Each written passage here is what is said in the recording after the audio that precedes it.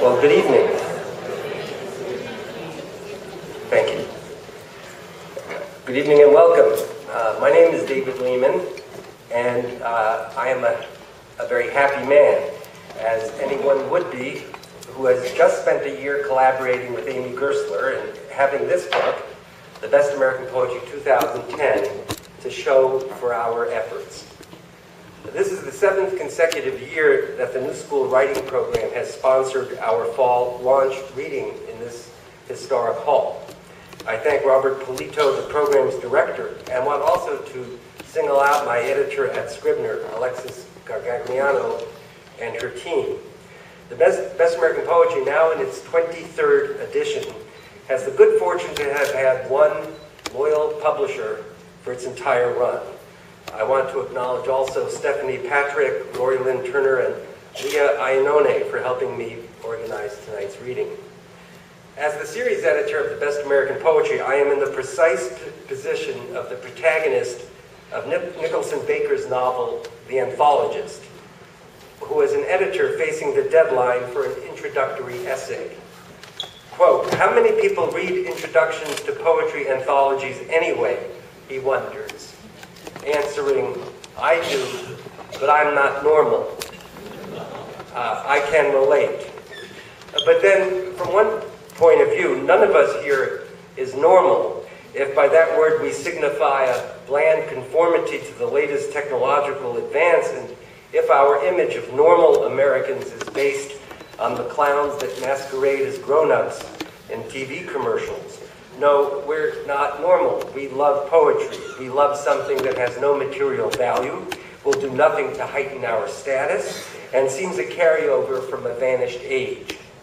We know, however, that the poetry we love, the poetry we have made sacrifices to create, to publish, and to perpetuate, will nourish and sustain us in the face of difficulties, and that people need poetry. They need it as much as the bread and wine of a consecrated ritual, and at the same time, poetry is not holier than thou. It dwells among the people in office buildings and subway trains and country fields and gardens and rivers and roads. My job this evening is to explain the structure of the reading and to set the stage. When I sit down, Amy Gersler will come to the fore, and following her remarks, you will hear the poets read the poems they wrote and Amy Gersler chose for the Best American Poetry 2010. They will proceed in alphabetical order, and if you have the book, you will have the best scorecard for knowing who the players are. I ask each poet to identify himself or herself upon reaching the lectern, and to name the next reader upon completing your poem. Books are available for sale, courtesy of Mobile Libris, and the poets will gladly autograph your copies after the reading. There are 75 poems in this year's volume, and on the stage you see the authors of 19 of them. It gives me great pleasure just to recite their names, not only because their work is dear to me, but because the juxtapositions suggest the bounty of American poetry in all its glorious vitality. Sandra Beasley, Mark Bivens, Peter Davis, Thomas Sayers Ellis, Lynn Emanuel, Elaine Equid, Jill Alexander Esbaum, Amy Glenn Greason, Kimiko Hahn, Jeffrey McDaniel, Eileen Miles, Sharon Olds, Gregory Pardlow, James Richardson, David Shapiro, Gerald Stern, Darrell Wire, Terrence Winch, and Matthew Yater. Previously unpublished poems by deceased poets are eligible for inclusion in the volume, and Amy Gersler will read James Schuyler's Having My Say-So. Elaine Equi will read Tim Dugos' poem, and I will read John Updike's. John Updike's trio of sonnets, under the title Peggy, Lutz, Fred Muth, 12-13-08, was written less than 7 weeks before he died. I found this extremely moving trio of sonnets. Peggy, Lutz, Fred, Muth.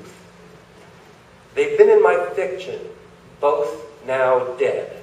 Peggy just recently, long stricken, like my grandma, with Parkinson's disease. But what a peppy knockout Peggy was. Cheerleader, hockey star, May Queen, RN. Pigtailed in kindergarten, she caught my mother's eye, but she was too much girl for me. Fred, so bright, so quietly wry, his mother's eye fell on me, a nicer boy than her son's pet pals. Fred's slight wild streak was tamed by diabetes. At the end, it took his toes and feet.